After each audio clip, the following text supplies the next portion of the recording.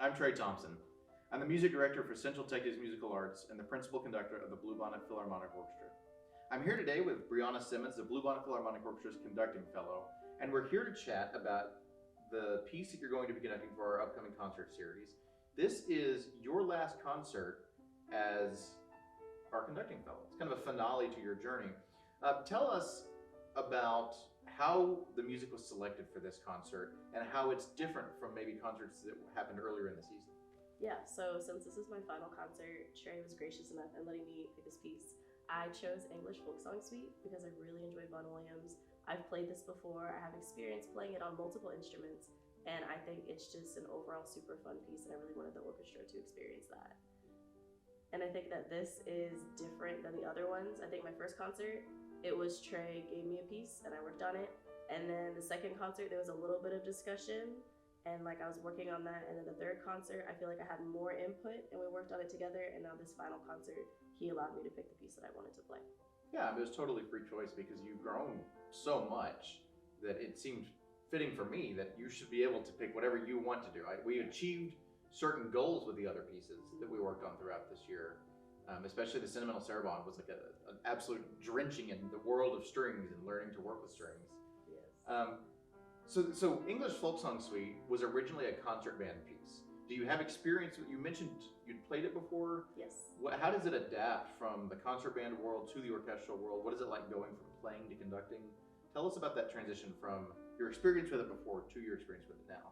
So I've originally played it on bass clarinet, and then I played it on B-flat clarinet, soprano. So I feel like playing it, I definitely have an advantage because it's in my ear. Like I know the piece, I know the parts. Transitioning to an orchestral arrangement, that's definitely different because I hear it and I'm like, I know this is trombones.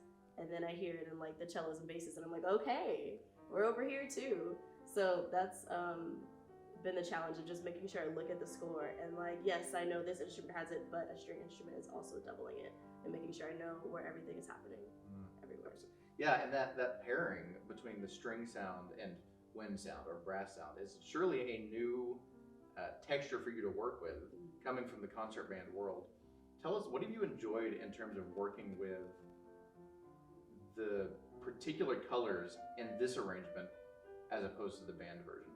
I feel like strings add such a specific, like you said, color to music. I feel like I'm very familiar with the concert band setting colors, and I'm becoming more familiar with string colors. Like I'm growing to understand them more and understand like just the different ranges and how it sounds like tone color wise and the instruments that match it more. And I feel like the strings just add a deeper element to the music that really complement the original piece. I feel like this might be my new favorite piece, is the orchestral arrangement of this. I love to hear it. As an orchestra guy, right? I love to hear those things. Tell us, what are your favorite aspects of this particular piece?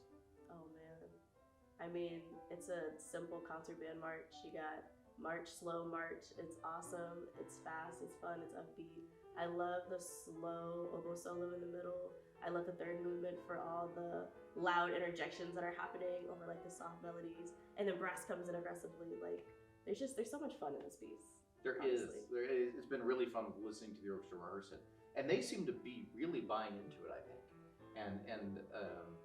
and to your leadership of it. I think it's going really well. What should the audience be listening for?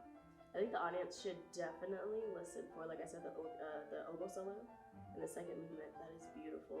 I would also like you guys to listen for maybe things that sound familiar. There are definitely elements that Vaughan Williams used in all three of these movements that incorporate classical songs. And so if you hear something that you recognize, it probably is them. That's great. Okay, well, Brianna, thanks for sitting down with us today. If you want to hear her conduct the English Folk Song Suite, you can do that Saturday, May 18th at 7:30 p.m. at the Klett Performing Arts Center in Georgetown, and also Sunday, May 19th, 3 p.m. at the Vandergrift High School Auditorium. Brianna, thank you so much. Thank you, Trey.